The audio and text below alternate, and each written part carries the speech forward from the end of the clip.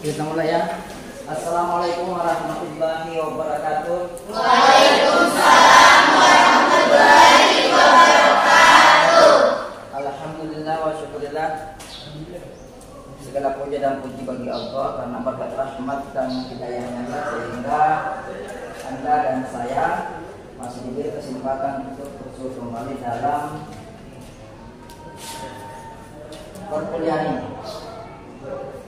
Itu hukum perdata ya. Kuliah hukum perdata. 6 minggu sebelumnya, beberapa pertemuan lalu kita sudah bahas sedikit tentang subjek hukum. Sebenarnya materi itu saya akan bawakan hari ini kan karena sudah pernah saya bawakan sekali, maka hari ini saya tambah-tambah saja. Jadi masih subjek hukum. Saya mau maaf apabila kita tidak bisa lama seperti biasa karena hari ini tepat pada pukul 10.00 ada rapat senat untuk membicarakan masalah wisuda.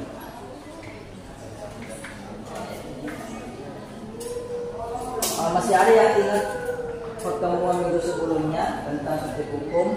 Siapa saja yang menjadi subjek hukum? Orang dan badan hukum. Orang dan badan hukum. Orang dan badan hukum. Masih siap-siap Pak? Masih. Semangat? Masih. Oke, kalau masih semangat saya mau tes dulu. Selamat pagi. Pagi. Wesen bisa. Semua bersuara ya. Ada yang tidak bersuara tadi, ada yang tidak goyang mulutnya. Jangan malu goyang mulutnya. Wesen bisa itu luar biasa. Bisa.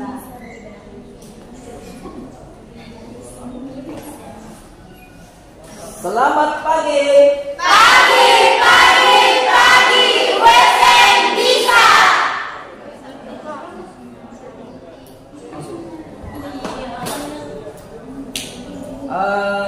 Hari ini kita akan bahas subjek hukum. Dulu sudah saya masuk pada orang ya, atau manusia. Sekarang saya jelaskan sedikit tentang orang, karena ada yang belum saya jelaskan dulu. Nanti minggu depan baru kita masuk pada badan hukum. Jadi hari ini orang saja dulu saya jelaskan tambahannya. Ya. Pengertian orang sudah, ya, sudah tak? Apa itu orang? Sudah. Sudah dikasih orang? Orang. Oh, subjek hukum. Subjek hukum adalah orang dan badan hukum. Oke, masuk saja.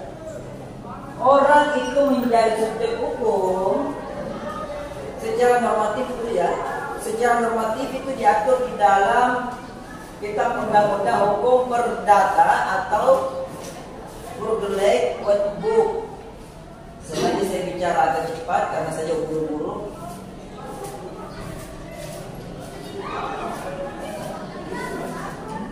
Jadi pengaturan orang atau pengakuan orang sebagai subjek hukum kita dapat lihat di dalam KUH Perdata. Ada yang bawa KUH Perdata? Ada yang bawa softkopinya? Jangan sudah. HP kalian yang mahal kalau install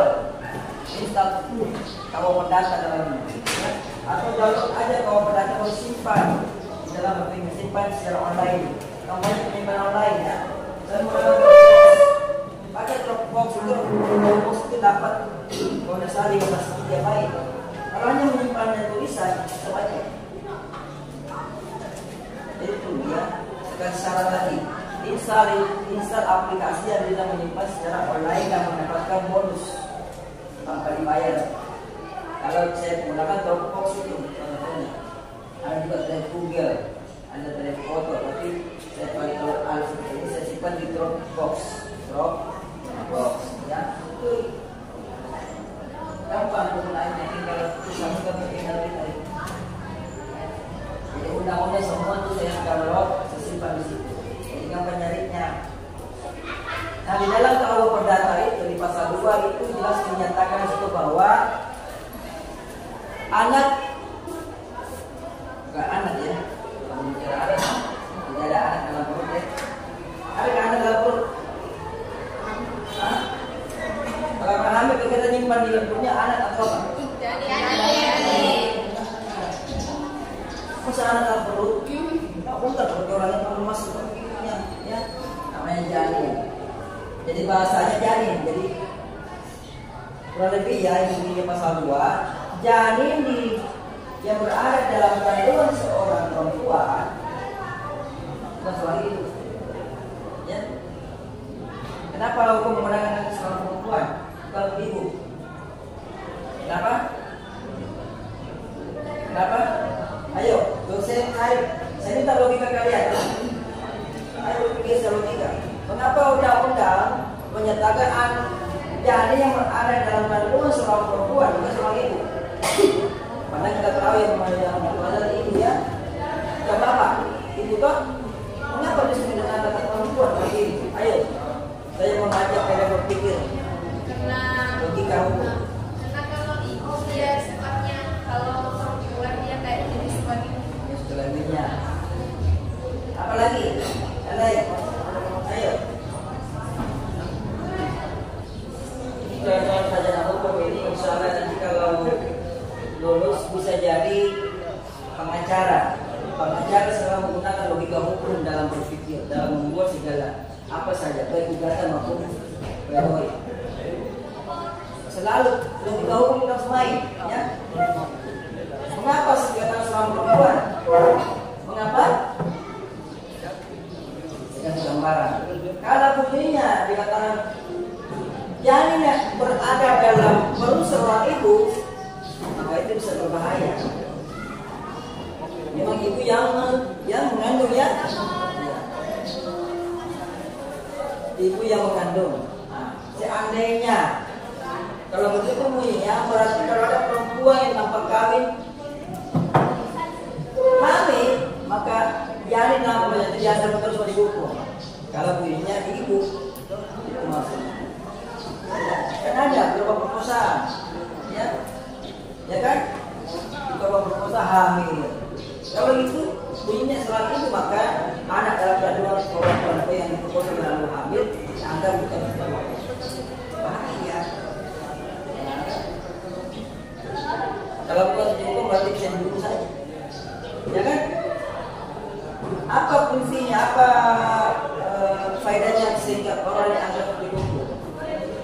Apa fungsinya? Faedahnya apa? Jika dibunuh, kalau dia dihukum maka dia dibunuh oleh hukum melalui hukum dan juga. Pada objek, kalau dia menjadi objek bisa diapain? Bisa dibunuh, bisa diapain? Ya kan? Bisa dimatikan. Dan karena dia ada seperti hukum maka dia punya hak untuk hidup. Ya, itu saja bunyinya adalah janin yang berada dalam kandungan seorang perempuan dianggap sudah lahir. Itu bunyi asalnya ya. Silakan nanti download undang dianggap sudah lahir apabila kepentingannya menghendaki. Ini kayaknya mengajar bukan cuma saya, ini perlu mengajar itu.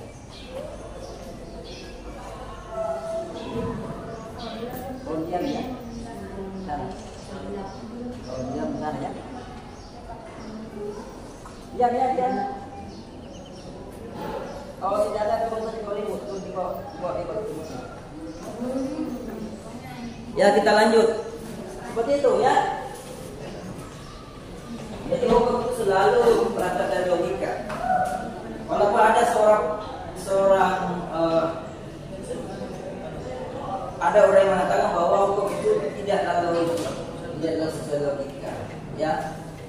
Law is not logic, itu pendapatnya dia. Ya, tapi sedangkan itu seperti itu. Hukum itu bagaimanapun juga akan selalu mengikuti logika, begitu berpikir, ya kan? Walaupun ada pula hukum ini dibentuk berdasarkan pengalaman. Itu ayat satunya, pasal 2 ayat 1. Kita bahas tuh pasal ayat 1 itu, ya. Terlambat ya, berapa menit? Kasihan, suruh saya masuk. Masuk nih. Silakan masuk. Waalaikumsalam. Lain kali jangan terlambat lagi ya. Untuk hari ini saya juga minta izin sama tapi aku boleh masuk ya. Kalau saya masuk full, tak boleh masuk. Jadi untung bagi dia yang hari tidak boleh full. Nah kita bahas dulu pasal 2 ayat 1 itu. Ya. Janin yang berada dalam kandungan seorang perempuan dianggap sudah lahir. Kata ada apa dulu? Ya kan? Dianggap sudah lahir. Jadi belum lahir tapi dia dianggap dinyatakan dulu ada asumsi. Ya, bahwa dia sudah lahir. Kalau dia sudah lahir, maka dia harus dilindungi. Haknya harus diberikan. Ya, haknya dia harus diberikan. Kalau dia belum bisa menggunakan haknya disimpankan. Di istilahnya kalau perbankan deposito. Di deposito itu. Deposito. Ya, ditabungkan dulu tuh haknya, disimpankan. Dan Anda kata dianggap sudah lahir. Syaratnya apa untuk dianggap sudah lahir? Syaratnya adalah di ujung ayat apabila kepentingannya menghendaki. Nah, ketentuan pasal 2 ini itu diperuntukkan bagi ahli waris yang ketika meninggal. Kalau ini bapaknya ibunya? Bapak. Yang ketika meninggal bapaknya, ya, meninggal bapaknya, dia belum lahir ke dunia, atau meninggal ibunya, dia sudah lahir memang masih hidup. Begitu lahir dia ibunya meninggal, dia menjadi ahli waris dari ibunya. Ada kemudian begitu. Iya. Jadi keluar dari matinya langsung mati ibunya. Ya. Langsung dia meninggal. Anaknya hidup. Ada seperti itu. Nah ketentuan ini itu di bidang ahli waris, ditimpan dalam ranah hukum waris. Apabila kepentingannya menghendaki dari segi warisan, dia sudah mendapatkan warisan. Jangan seperti pada umumnya di masyarakat, ya. Ini lagi kitabnya hukum adat. Kalau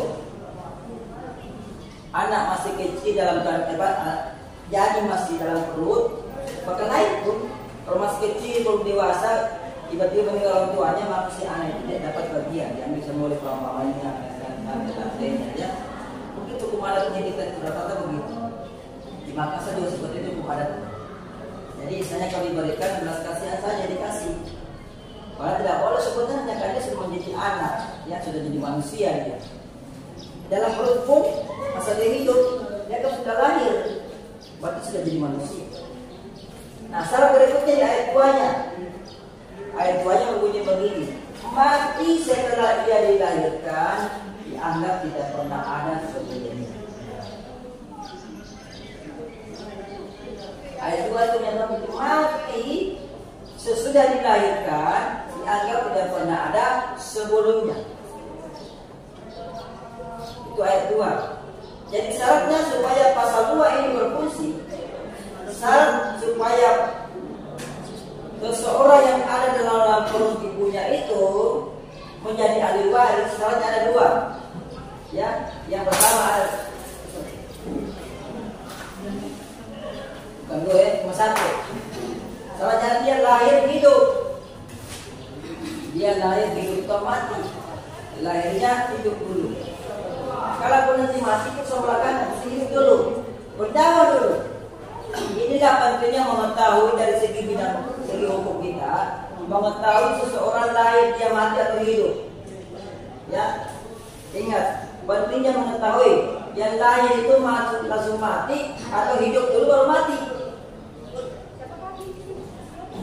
Ya kan? Kan anak begitu lahir, sudah, ya belum keluar kepalanya, terus sempat dia bunyi sudah mati duluan. Ada begitu. Atau apalagi kalau dioperasi, ya. Ada yang mati dalam kandungan, kasih perasaan ibunya supaya keluar rumah, sudah mati. Ya, itu pentingnya. Apa pentingnya? Apa gunanya? Gunanya untuk kewarisan dalam waris. Kalau janin yang keluar itu hidup dulu baru mati, maka dia menjadi ahli waris. Tentu pasal 2 ayat 2. Ya. Dan kalau dia keluar belum sempat hidup langsung mati, berarti dia tidak pernah menjadi ahli waris. Begitu. Jadi makanya itu kalau seperti apa ya? Walaupun sedetik, asal dia pernah bergerak, masih hidup itu, pernah hidup, berarti dia menjadi ahli waris. Akan bagiannya ada. Kalau masih hidup kan, pernah hidup baru mati. Di ahli warisnya. Ya. Kalau anak meninggal jadi ahli waris siapa? Ya, siapa? Ada golongan, dia punya golongan tidak? Golongan 1 itu ahli waris, golongan 1 adalah anak dan pasangan hidup terlama. Itu ahli waris golongan pertama. Ahli waris golongan kedua siapa? Ya, siapa? Saudaranya atau siapa? Semua saudara orang tua yang sama saudara. Orang tua. Ya, orang tua. Iya. Begitu. Nah, nanti kalian perkuat lagi, perjelas lagi di materi hukum waris, ya.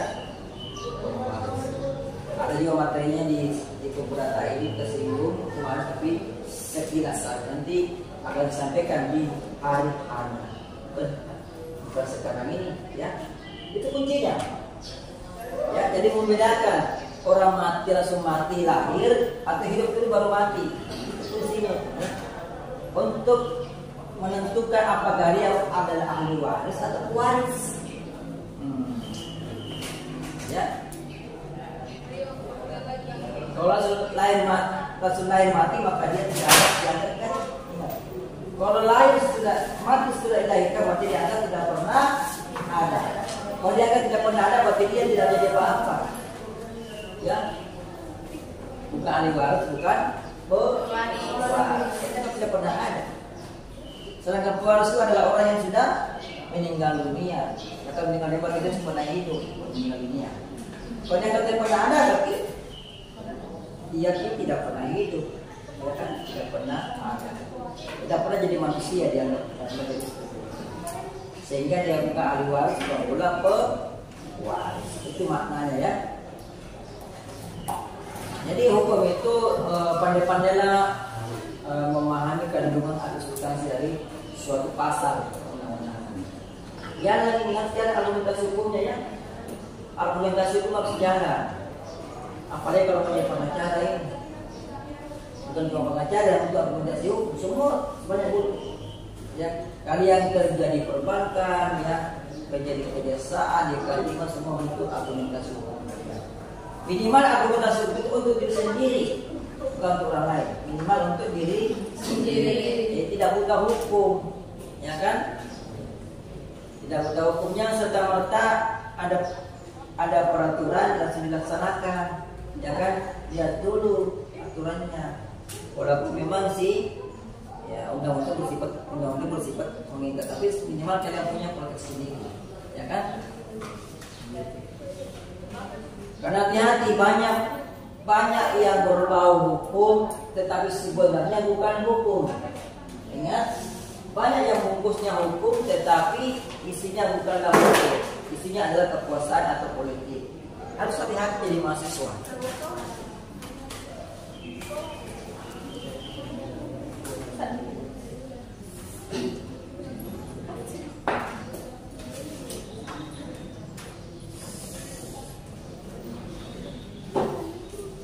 Tadi kan bagian sana sudah silakan, ya. Biar adil. Ada pertanyaan? Tidak ada? Tidak ada. Sudah ada nonton video kita yang lalu? Sudah muncul, ya. Apa judul yang baru muncul hari ini? Iya. Sudah nonton konten saya yang terbaru? Hah? Ya sebelumnya lagi? Sudah nonton? Apa judulnya? Sebelumnya ini. Hari ini kan pembukaan PKPA dengan satu yang pola. Ya sebelumnya apa?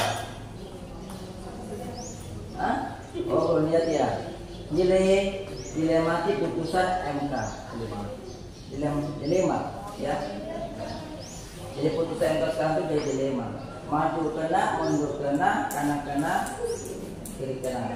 Akhirnya kita nonton filmnya Waktu DKI. Pernah nonton film DKI itu? Pernah. Maju kena, mundur kena. DKI udah kasih lagi itu dong. Itulah sekarang putusan MK. Karena dari segi asas, satu asas menyatakan bahwa putusan hakim itu harus dianggap benar, ya. Kemudian harusnya res judicata veritate pro habeas. Kita menyatakan bahwa putusan hakim dianggap benar. Karena dianggap benar maka harus dijalankan, dia mengikat. Di sisi lainnya masalah lagi bahwa ketika seorang pejabat, seorang lembaga membuat satu keputusan, membuat suatu hukum yang melampaui kewenangannya, maka keputusan itu tidak sah. Ya kan? Kan sudah jelas di dalam pembagian kekuasaan ada legislatif, eksekutif, ada yudikatif. MK di sini kalau kita lihat di dalam undang-undang dasar kita, dia wewenangnya apa? Menguji. Menguji saja dulu kita bahas. Menguji berarti kalau kalian masuk ujian, saya profesional menguji ya. Ketika kalian memasukkan kalian jawab, boleh nggak saya menambahkan jawaban kalian? Tidak. Kalau saya nambahin berarti saya jujur apa tidak? Berarti saya ini meneruskan kalian, ya. Misalnya ini ada ujian nih, ujian penaltas ini bersih misalnya. Jawabannya itu yang pertama hampir betul, tidak sedikit ya betul. Saya tambahkan sedikitnya, jadilah betul. Ya, berarti saya tidak jujur. Mungkin karena masih pintar menyanyi, ya, orangnya cantik, saya tergoda, saya tambahkan ini. Tidak jujur saya. Berarti penilaian saya berikan tidak sah sebenarnya, karena tidak objektif, subjektivitasnya ada, ya. Seperti itu dari menguji. Jadi menguji itu hanya menyatakan ini benar loh, ini salah loh. Nah, kalau benar berarti akan mendapatkan poin, dilaksanakan kalau benar. Kalau salah digugurkan, suruh lembaga lain untuk bikin lagi yang baru. Itu, jangan jadi MK itu gampang-gampang saja, mungkin jangan banyak. Ya, yang banyak kepentingan itu. Jadi secara kewenangan dia sudah melampaui kewenangan, ya. Kalau melampaui kewenangan berarti sudah tidak salah. Sama saya ini sini hari ini mengajar dosen hukum berdasar di kelas C. Kalau saya masuk di kelas A, berarti saya melampaui kewenangan saya. Walaupun saya memang ahli di hukum perdata misalnya, yang saya sekarang menjadi ahli. Baru coba-coba jadi ahli. Tidak sah perbuatan saya ngajar di kelas A, kecuali ada mandat dari dosen yang bersangkutan. Kalau tidak mandat, tiba-tiba saya masuk di kelas A, saya pasang masuk ikut kuliah saya karena kebutuhan konten saya, tidak sah itu. Saya bisa digugat nanti sama dosennya, ya, ya kan? Betul. Sama juga seperti ini. Ya itu intermezzo ya. Sekarang saya ingin kalian pandai membuat argumentasi. Ya, itu kan saya bilang bahwa tidak semua pembungkusnya hukum isinya adalah hukum. Tidak semua, ya kan? Betul. Tidak semua itu yang isinya susu beruang, isinya adalah betul-betul dari beruang. Ya kan? Isinya susu sapi, tapi tulis susu beruang. Yang beruang naik nama, sapi yang merana. Sapi yang diperas susunya, dia yang kurus. Beruang naik nama. Iya, seperti itulah ya. Jadi kalau mau lihat suatu peraturan macam dari baik, apakah betul ini hukum atau bukan? Karena hukum itu bukan dari segi kalimatnya saja, ya. Bukan kalimat saja itu hukum. Kalimat bukan sekedar bahasa hukum, ya. Lebih dari itu, hukum, bahasa hukum atau kalimat hukum itu harus mengandung nilai-nilai, ya, nilai keadilan, nilai kemanfaatan, ya. Dan harus bersinergi dengan moralitas. Harus bebas dari kepentingan lain, termasuk politik maupun pribadi, bebas. Orang yang kritis itu bisa memahami, oh hukum ini identik dengan kepentingan ini, ya kan? Itu. Ada pertanyaan? Sudah jam berapa ngomong ini? Setengah 10. Saya ada rapat jam 10. Dari sini perjalanan ke sana kira-kira sampai setengah jam. Bisa. Tambah lagi sedikit. Tunggu sebentar ya. Ada tukang negara lain. Silakan. Apa ini? Mati. Yang di kafe.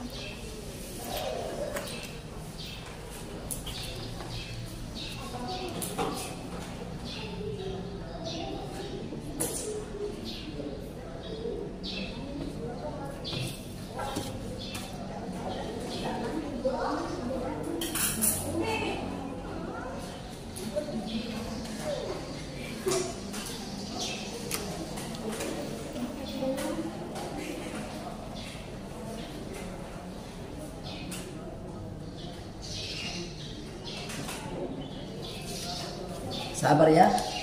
Ini sama-sama tugas saya, sama kewajiban saya.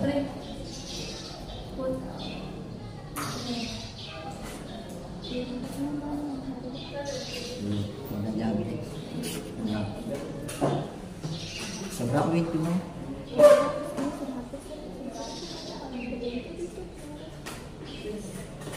Bukan itu hanya mau sudah 500.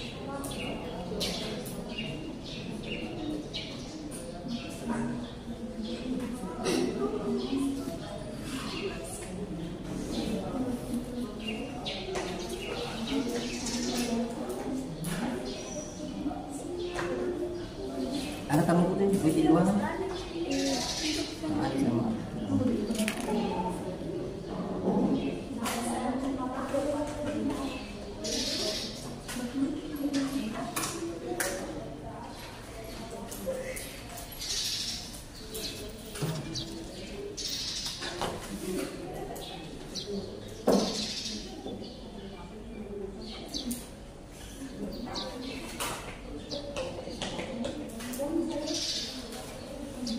Berapa lembar ini? 30.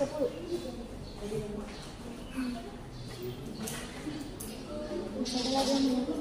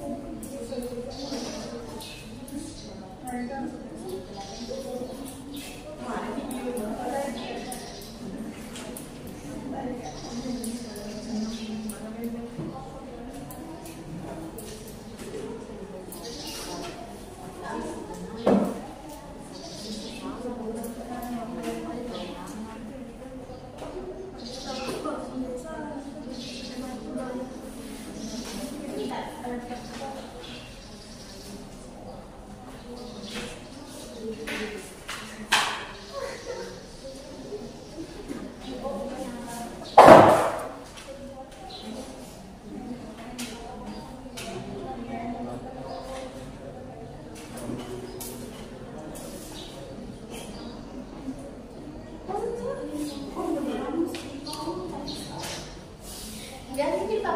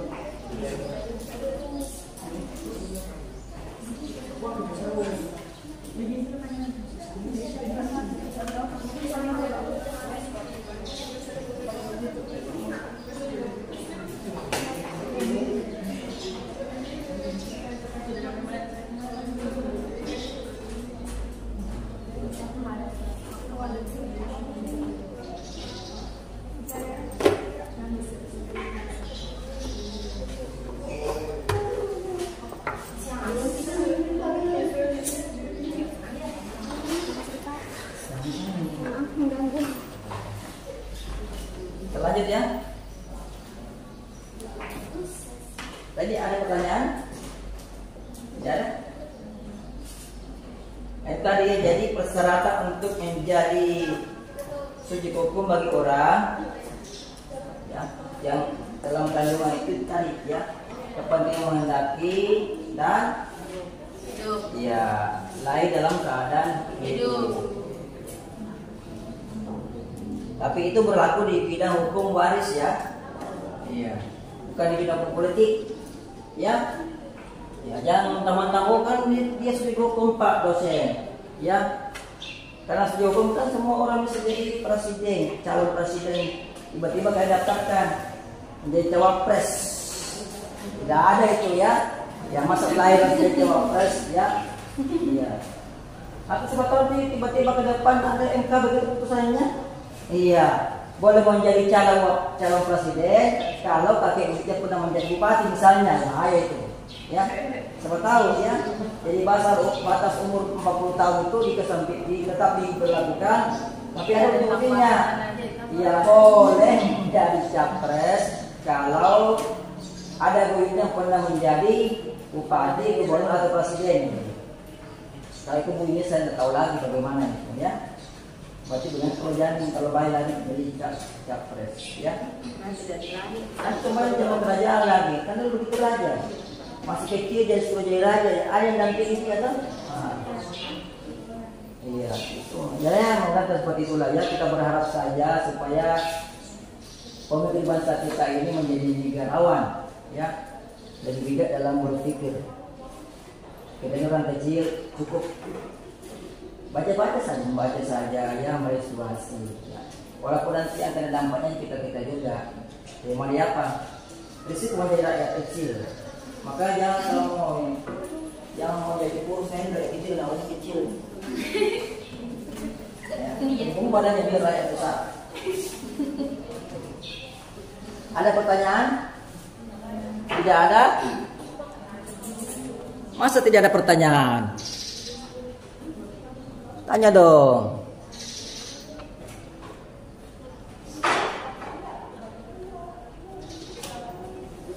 Si kumis, ada pertanyaan? Sudah cukup. Jadi ikut sama saya ini. Saya juga cukup. Lagi-lagi sama peserta saya ini. Ya kan? Terus ada yang problem yang kumis. Saya dapat yang menghidupkan saya ya. Bisa pensi Pak. Baca pensi saya ya. Orang tuasnya saya, orang sebelah-sebelah di YouTube-nya ya.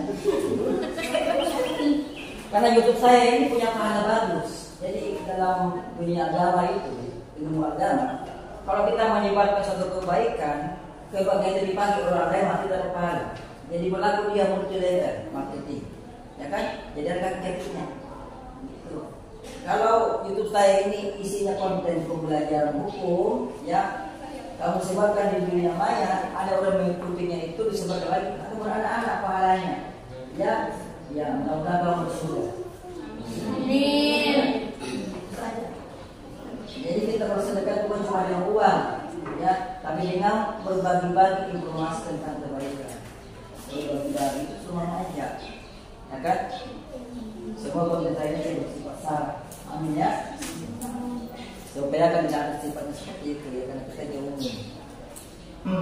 Ada pertanyaan? Ada? Atau ada yang mau bertanya pada hukum perdata? Bebas, silakan.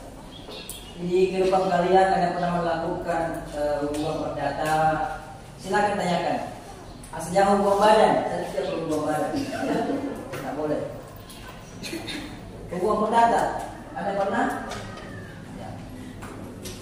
Saya tanya tentang hubungan perdata yang pernah kalian lakukan, bagaimana solusinya, bagaimana dari hukumnya. Insya Allah saya jawab kalau saya bisa. Kalau saya tidak tahu jawabnya saya diam. Lebih diam daripada salah jawab. Ada pertanyaan? Tidak ada. Di sini siapa yang dapat beasiswa? Angkat tangan dulu. Satu. Siapa lagi? Dua. Berarti beasiswa. Coba angkat tangan dulu. Tapi tinggi. Jangan. Ya. Yang tidak angkat tangan bagi saya khawatir tidak pakai jaluran. 1, 2, 3, 4, 5, 6 orang ya. 6 orang. Kalau dari Papua biasa dari Papua ya? Dari PDP. Per bulan berapa? Itu per semester Pak. Per semester kasih berapa dari negara? 7 juta 800. SPP tanggung sendiri. SPP sudah aman tak? Itu biaya hidup. 7 juta 800 6 bulan. Oke, dalam 1 bulannya ada 1 juta ya. Mana bisa hidup di bola sendiri. Makan contoh 30.000. 25 Pak. Hah? 25. Itu harga.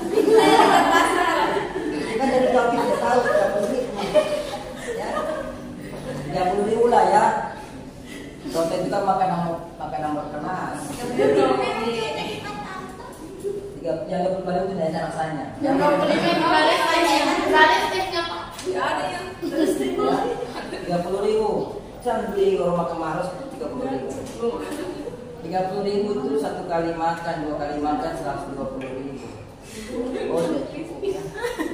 Yang makan hari. Saya jadi Pak. Ya. Hari ini makan sotong. Dalam seminggu kita itu 1 kali, selebihnya makan Indomie. Ini yang lain dari mana? Dari Pemda Pak. Pemda. Per bulan berapa dikasih? Nah, per bulan. Ah? 6 bulan juga? Ada. Kalau aku dikasih. Total jadi kasih. Pemda Polandia tak? Memang. Satu tahun berapa kasih? Pak, bulan sekali keluar Pak. 5 juta. Yang lain ada kan dari kementerian ada? KIP. Dari KIP ada? Saya. KIP berapa per bulan? Tinggi 4 juta nih? Dan biaya hidup 4 juta. Per bulan? Wah. Enggak, per semester. Per semester juga? Lumayan. Hah? Kalau kamu bilang kaya ini. Ini tidak ada keluarnya Pak. Papa ini. Janganlah kalau sudah tadi yang bilang hukum ya hukum di sini hukum. Jadi ini saya harap yang dapat beasiswa itu saya minta motivasi dari sekarang tolong belajar ya, belajar sesuatu yang agak ya, belajar melampaui tenaga kalian ya. Ya, tidak apa-apa kalian mati yang penting pulang bawa nama. Yang sampai pulang tidak bawa nama ya. Tidak apa-apa mati dalam Islam itu ada sejarah hukumnya. Ya, begitu. Jadi makanya perlu diboros. Nah, negara itu memberikan beasiswa itu memang bukan untuk orang kaya, untuk boros-borosan. Hemat memang. Yang penting kalian bisa jalan, bisa membaca berpikir. Jadi belajar ya, belajar. Karena kuliah saya ini lagi-lagi saya sampaikan ya pada pertemuan lalu saya sampaikan juga ini saya ulangi lagi bahwa dalam kuliah saya ini saya tidak akan memberikan bonus apapun. Tidak hanya bonus nilai, ingin rusak saja negara itu. Ya, kalau ini nanti calon-calon sarjana hukum. Ya. Kalau kalian saya di sini dididik yang sering banyak bonus, apa jadinya kalian? Ilmu saya itu sedikit sekali loh. Ilmu hukum saya sama segini. Kalau segini saya baik pada saya bonus kalian kalian. Waduh. Berarti kalau bonus itu di bidang saya itu kalian itu harus saya dapat nilai C, tapi saya akan nilai A. Itu bonus. Yang kalian paham bonus tidak boleh seperti itu. Itu membohongi masyarakat umum. Ya, tidak mau seperti itu. Walaupun saya dibilang bodoh mengajar biar ya. Oh betul ada bodoh itu maksudnya tidak banyak jalur biar ya betul tidak bohong. Ya kan? Makanya itu nilai mitnya kalian, tugas kalian. Kalau itu tidak ada tugas, bisa ada tugas itu. Tugasnya terayat dia akan bertubi-tubi, jadi kerjaan tugasnya. Ya. Dan satu kesyukuran tugas kalian itu hanya sekedar jujur ya. Kalau saya kasih tugas itu dalam bentuk rangkuman, tulis tangan, jujur saya tidak selesai, jadi masuk namanya. Saya tidak lagi bukan tidaknya, itu bonus saja. Tapi dalam mitra final saya tidak mau, ya nilainya amburadul saya kasih nilai bagus, tidak mau saya. Sudah tobat-tobat, ya jangan pernah begitu, tobat-tobat tidak ada yang bagus, ya. Jadi tidak perlu belajar, ya belajar. Apalagi di sini ini laki-laki cuma dua ini. Ya.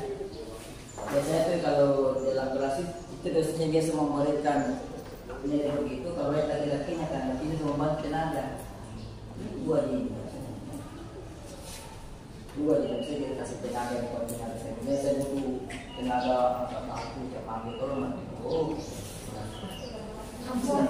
ya bisa saya jangan lagi saya malas karena kalau itu dok masih kalau datang ke saya membantu biasa itu apa masih berharap ya ada harapannya itu yang seluruh yang kita bisa tidak mungkin tidak melakukan intinya belajar saja ya belajar ini yang dua orang ini ya kalian itu masih sedikit jumlahnya jangan malas masuk ya masuk karena ini ke depan itu supaya dua orang ini bagi nanti boleh begini tidak bagus harus kelihatan tadi harus berbawa di sini tengah-tengahnya ya nanti mungkin depan satu lagi depan sini tengah-tengah sampai belakang tengah ya jadi kalian tidak boleh promosi nanti polisi itu ya kan ini polisi coba ada saja ini yang di komisi ada di sebelah sana kayak gitu kita tadi mengajar makanya saya agak kesana ya jadi harus tengah-tengah ya. Kalau situ kamu mata kalau kelihatan sampai kamu video, ya. Ada ke center sini ada. Tidak ada. Kalau ada tidak apa sih tidak untuk bayar ini nanti. Kalau ada sudah sediaan ini, tidak ada apa, tidak sanksi. Yang penting video. Ada pertanyaan? Ada? Tidak ada? Baik, kalau tidak ada maka kuliah kita hari ini karena saya juga kayaknya ada di buku dua ini. Untuk ini, Banyak pen. ini atau ini? Oh ini, ini kewajiban ya. Oh ini A. Oke, sekian ya. Sekian dari saya. Ayo kita belajar sama-sama. Ini materinya sangat sedikit karena sedikit. Tolong jangan lagi referensi di buku-buku atau di YouTube atau di tempat lain ya. Sekian dari saya. Wassalamualaikum warahmatullahi wabarakatuh. Waalaikumsalam warahmatullahi wabarakatuh.